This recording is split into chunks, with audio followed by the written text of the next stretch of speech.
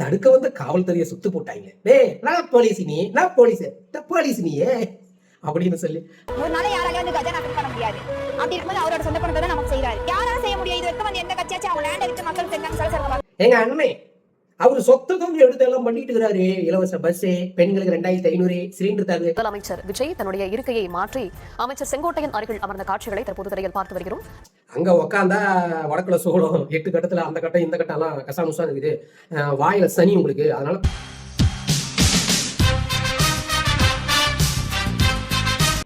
அன்பு உறவுகளுக்கு வணக்கம்.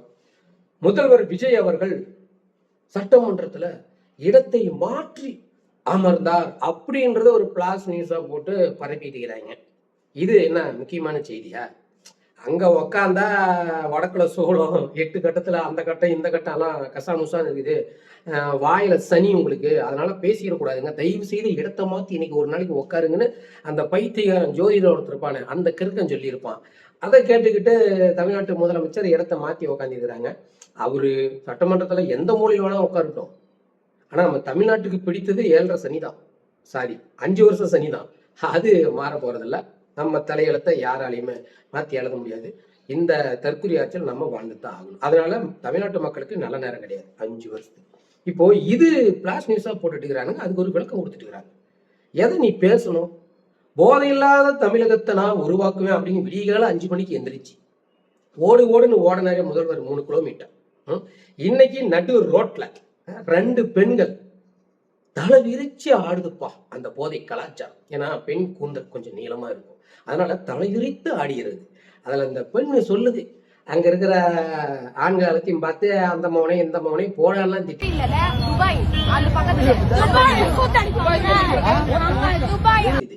இதுல நிறைய பேர் தடுக்கலாம் முயற்சி பண்றாங்க.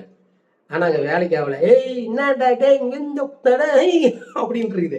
இதுல ஒரு காமெடியான விஷயம் என்னன்னு கேட்டீங்கன்னா, தடுக்க வந்த காவல்துறையை சுத்து போட்டாங்க.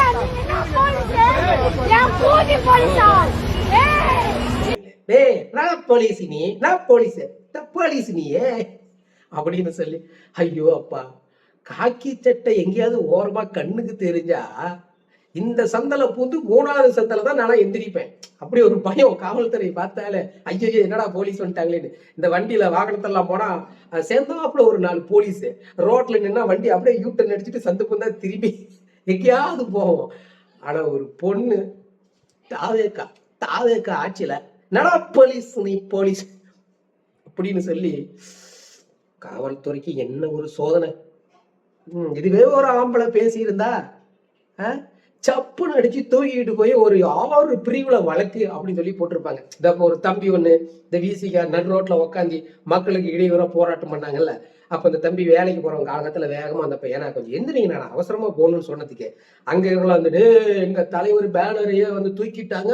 நீ வேலைக்கு போறிய வேலைக்கு பட பின்னால பட அப்படின்னு சொல்லி மிரட்டினாங்க. அந்த தம்பி கோபத்துல ஏதோ 2 சத்தம் போட்டாப்புல. அதுக்கு போலீஸ் வந்து கொஞ்சம் கைகலப்பாயி அந்த தம்பி எல்லாம் சண்டையை போது உங்களுக்கு தெரியும். அந்த தம்பி கொத்தா அப்படி தரன்னு இழுத்துட்டு போய் வாகனத்தோட ஏத்தி குத்துன்னு கும்மாங்குத்து குத்தி உள்ள தள்ளி 6 பிரிவுல வழக்கு போட்ட இந்த காவல்துறைய நான் போலீஸ் நீ, நான் போலீஸ் இந்த போலீஸ் அப்படின்னு சொல்லி ஆண்கள்லாம் இலக்காரமா போயிட்டோம். பெண்களுக்கு ஒரு சட்டம், ஆண்களுக்கு ஒரு சட்டம். சரி இதை விடுங்க. அடுத்த விஷயம், தாவேகால இருக்கிற சிறப்பான தரமான தற்குறி இந்த பொண்ணுதான். மகளிர் கொடுமை தொகை 1000 ரூபாய் கொடுத்திருக்காரு. அப்புறம் பெண்களுக்கு சிறப்பு பாதுகாப்பு படை அதை செஞ்சிருக்காரு.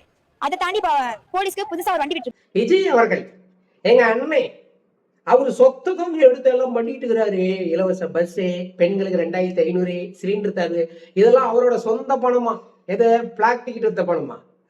இல்ல எஸ்ஏசி டைரக்ஷன் பண்ணி சம்பாதிச்சாரு. அவன் எப்ப எஸ்ஏசி சொத்தா? எந்த சொத்து? ஏய் யாரா நீங்களாம்? பீகார்ல நினைக்கிற ஒரு சின்ன பையன் தன்னோட நாட்டுல மாணவர்கள் போராட்டம் பண்றாங்க. அவங்களுக்கு துணையா கேள்வி கேட்கிறான். முதலமைச்சரை பதவி விலகுன்னு சொல்லிட்டு இருக்கிறான். நாமெல்லாம் வடக்கனை பார்த்து காமெடி பண்ணி நிற்போம். இன்னைக்கு வடக்கன் அறிவாளித்தனமா யோசிச்சு தன் நாட்டுக்கு எது முக்கியம், இது முக்கியம் இல்லைன்னு சொல்லி போராட்டத்துல இறங்குறான்.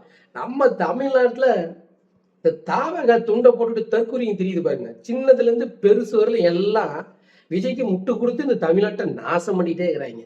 உண்மையாலுமே இப்ப வடக்கு எவ்வளவோ பரவாயில்லையாட்டுங்குது, பயங்கரமா சிந்திக்கிறான் தன்னோட நாட்டுக்கு. இங்க எங்க விஜய் அவர் சொத்தை வித்தாருங்க, நிலத்தை வித்தாருங்க, அவர் பணத்தை எடுத்து கொடுக்குறாரு.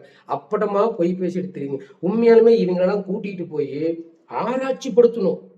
இந்த மருத்துவமனைக்கு கூட்டிட்டு போய் செக்அப் பண்ணக்கூடாது, ஆராய்ச்சி பண்ணணும். இந்த மூளை எப்படி, இந்த மூளை இப்படி வேலை செய்யுது, உண்மையாலுமே இவங்கெல்லாம் மனிதர்கள் தானா, இல்ல வேற்று கிரகத்துல இருந்து வந்த இந்த ஏலியன் மாதிரி ஒரு தரங்கட்ட தவிட்டு தருக்குறீங்களா அப்படின்னு ஆய்வு நடத்தணும்.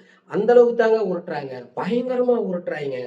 இதுல வேற பிரதமர் ஆக போறாரு. நீ எவ்வளவு ஃப்ராடுத்தனம் பண்ற, மாசம் கிட்டத்தட்ட 5 கோடி செலவு இந்த வடக்கனை வச்சு ரீல்ஸ் போடுறது. தமிழ்நாட்டுல மருத்துவமனையெல்லாம் பயங்கரமா கொண்டாந்துட்டாப்ல, ஸ்கூல் எல்லாம் பயங்கரமா கொண்டாந்துட்டாப்ல. இப்பெல்லாம் வந்து தமிழ்நாட்டுல பாலியல் வழக்குனா உடனே விஜய் டிஷ்யூ என்கவுண்டர் போட்டு டேய், அப்படி என்கவுண்டர் போற பேர் தான் தாவகால பாதி பேர் இருக்க மாட்டான்டா. அவன் தான் எல்லா தப்பியும் பண்றான். கொடுமை, போதைய ஒழிச்சுட்டாரான். சட்டமன்றத்திலேயே பாதி பேர் காணாம போயிடுவாங்க. சரி, இதெல்லாம் பார்த்து நீங்க சிரிச்சுக்கணும், வேற ஒண்ணும் பண்ண முடியாது. தாவக கையில ஆட்சியை கொடுக்கறதுக்கு முன்னாடியே சொன்னாங்க தெரியுமா, இந்த தற்கொலைகிட்ட ஆட்சி போனா சட்டமன்றம் சர்க்கஸ் கூடாரமா தான் இருக்கும் அப்படின்னாங்க. இப்ப நீங்க 5 வருஷமும் இந்த பயங்கரமான சர்க்கஸை தான் பார்த்துட்டு இருக்கிறீங்க. அதுல யாருதான் வந்து மாஸ்டர்னு தெரியல. இந்த சிங்கத்தை கொஞ்சம் அப்படி மிரட்டி, ஏய் இப்படி பேசு, ஏய் அப்படி பேசு அப்படின்னு, அந்த மாஸ்டர் மட்டும் யாருன்னு கண்டுபிடிக்கணும். சில பேர் அமித்ஷா அப்படிங்கிறாங்க. ஒரு வகையில பார்த்தா அப்படிதான் இருக்குதுன்னு தோணுது. ஏன்னா சட்டமன்றத்துல அப்பாவுக்குன்னு சொன்ன விஜய் அவர்கள் இங்க அம்மாட்ட போய் கேட்கணும் அப்பா யாருன்னு அப்படின்னு சொன்னப்போ கோபம் வரல. ஒருவேளை அவங்களா இருக்கும் மாஸ்டர் இந்த சர்க்கஸ் கூட இருக்கு.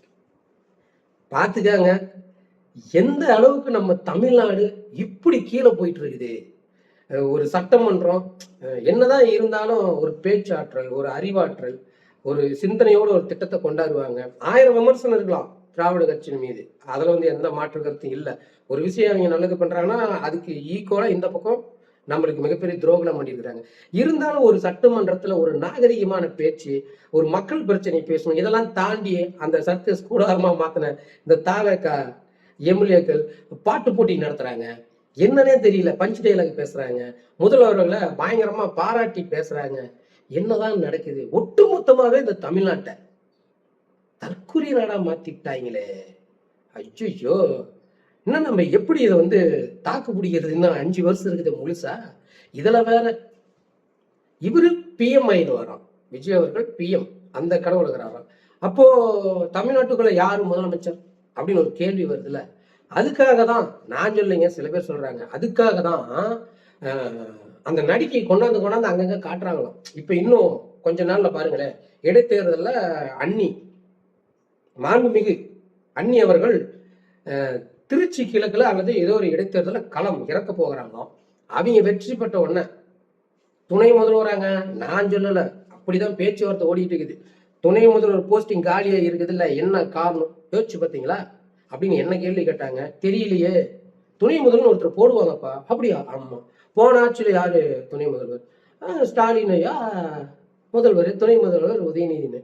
அப்ப விஜய் முதலமைச்சர், துணை முதலமைச்சர் யாரு? இந்த கேள்விக்கு பதில் வேணும்ல. அப்ப சொல்லிக்கிட்டாங்க, இதுதான்பா, இப்படிதான் வந்து அங்கங்க அரசு நிகழ்ச்சி எல்லாம் கொண்டாந்து அந்த நடிகை காட்டுறது காரணம் பாரு, இவங்க தான் வந்து அடுத்த துணை முதல்வர், இப்ப நாங்க வந்து வர இடைத்தேர்தல களை இறக்க போறோம், அவங்க வெற்றி பெற்றுருவாங்க, நிறைய வாக்கு வாங்கி ஜெயிச்சிருவாங்க, உள்ள வந்தா ஒரு 3 மாசத்துல துணை முதலமைச்சரா அறிவிக்கப்படுவார் அப்படின்னு சொன்னாங்களா? ரைட்ரா, ஜோலி முடிஞ்சது. ஐயா காமராஜர் சொன்னதான், மக்களுக்கான தலைவன் யாருன்னு தேர்ந்தெடுக்க சொன்னா கவர்ச்சி நடிகர்களை தேர்ந்தெடுத்து இந்த நாட்டை தற்கொலை நாடா மாத்திட்டீங்களே மக்களே.